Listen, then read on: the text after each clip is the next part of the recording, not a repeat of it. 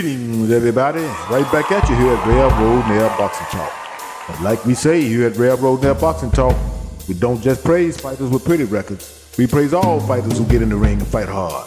You could be 47-9, 38-6, or 16-10. If you out there knocking sweat off somebody's head, making the crowd want to come see you again, then your light will shine here at Railroad Nail Boxing Talk. What's up, boxing fans? This weekend was a good weekend for boxing and boxing fans. Because while part of the boxing world was in Omaha, Nebraska, watching Terrence Crawford celebrate two-time undisputed and catching the big fish, the other part was lacing up gloves, putting on gear, getting ready for the Saturday night spotlight. Let's talk about it. I love fishing. I don't like fishing. I love it. That's something that I love to do on my spare time. So when Errol said he the big fish, and I love fishing. It was just the thing to do. We going fishing. So we caught the big fish like we said we was, and everything that I said from the past to the present, was true and it happened. So, I'm just happy that everything fell in the right place at the right time, and I got to shine on the day that I had to shine and prove everybody wrong that doubted. This is my city. My city has been supporting me from day one since I was in the amateur, since 2006 when I fought in the National Golden Gloves when it was here, when I made it to the finals. So my city has always been backing me since day one, and every time I step foot in the ring, I support and rep my city because I know my city gonna show out and support me just like I support them. So it's a great feeling and it's a great taste in my mouth, to be able to say, what now? Now, first of all, Terrence Crawford got his respect in Omaha, Nebraska. I gotta say, I tuned in. I saw a big crowd out there.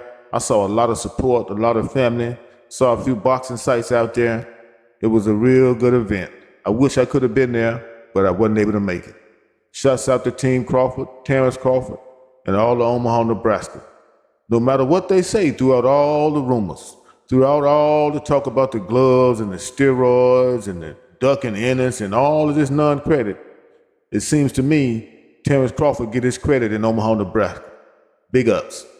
Now, while Terrence Crawford was celebrating in Omaha, Nebraska, Gary Antuanne Russell was gearing up, lacing up the gloves, getting ready to face Kent Cruz. Now, we all know that Gary Russell Jr. is a lot more experienced than Kent Cruz. He's a lot more powerful than Kent Cruz, and it showed in the fight. Kent Cruz really ain't got a lot to back Gary Russell up with. Now, he did manage to hit Gary Russell with a good punch, but I think that punch was just a hook to get him baited in to slug. And we all saw what happened when they tried to slug and trade punches. So we ain't gonna knock Kent Cruz. I just don't think he was on that level.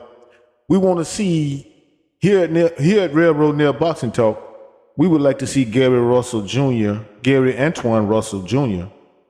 in the ring with some better fighters.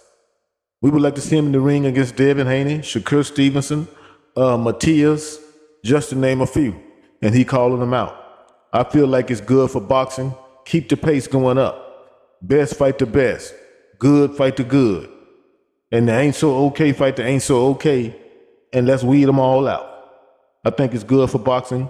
So let's see what happens next with Gary Antuanne Russell. And here's what he had to say.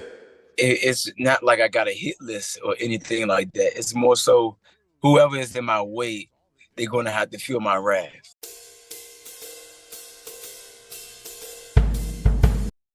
And in other boxing news, Anthony Joshua faced Robert Helenius. Joshua immediately onto the front foot. Criticised last time around for starting too tentatively. And that's just the way I saw Anthony Joshua fighting this time, boxing fans. Too tentatively. Now, Anthony Joshua defeated Robert Helenius, I think, by 9th round knockout. But this fight was a subpar fight. It really wasn't a lot of action. And to me, it seems like Anthony Joshua is still trying to get it together. He's still trying to work on his footwork to see where he needs to place his foot to throw a punch. It seems like he's mechanical. I don't know, but you really can't tell against an opponent like Helenius. No disrespect to Helenius, but he's not at the top level of the heavyweight division. So let's see where Anthony Joshua is, and let's see where this goes with Anthony Joshua, because they saying Deontay Wilder, and I ain't knocking it. I mean, if he get in with Wilder, I feel like Wilder will stop him, but he's at the level to where he deserves a fight against Wilder. I don't see him going backwards. If he's going to get out here and look regular against regular guys, he might as well fight the best and go on his shield against the best. I think that's better for his career rather than fighting guys like Helenius and getting wins and people still not respecting the way he's winning. But that's just my opinion. I mean, a win is a win. He did stop Helenius, but to me, Helenius looked like a sitting duck all night. He could have got that stoppage in the first round if Anthony Joshua was the Anthony Joshua of old. And that's how we see it here at Railroad Nail Boxing Talk. Now, last but not least, Oscar Valdez versus Emmanuel Navarrate. Let's talk about it. He's just a warrior. You know, I tried my best. We give it our best, that's all I can say. Eres un guerrero, dimos lo mejor de nosotros, felicidades, eres un gran campeón. You're a warrior, my congratulations, you are a true champion. Now, this fight was a slugfest. It was uppercuts, hooks, jab, pushing, pulling, sweat popping off your head. It was all that. Now, Oscar Valdez came out and tried to regain his throne. He fought hard. He fought with angles. He fought with jabs and hooks, but he couldn't get past that constant flow of Navarrate. Navarrate had the same pace all night. He kept a jab in Oscar Valdez's face. He kept a hook coming. He kept an uppercut coming. He kept distance. He kept angles. He fought smart. He fought like a champion. Both fighters had good sportsmanship at the end of the fight. It was a great fight. If you missed it, you missed a treat. It was a great night of boxing. It was a great weekend. I don't like to keep it too long because you don't know me that well, but you will. And like we say here at Railroad Nail Boxing Talk, we don't just praise fighters with pretty records. We praise all fighters who get in the ring and fight hard.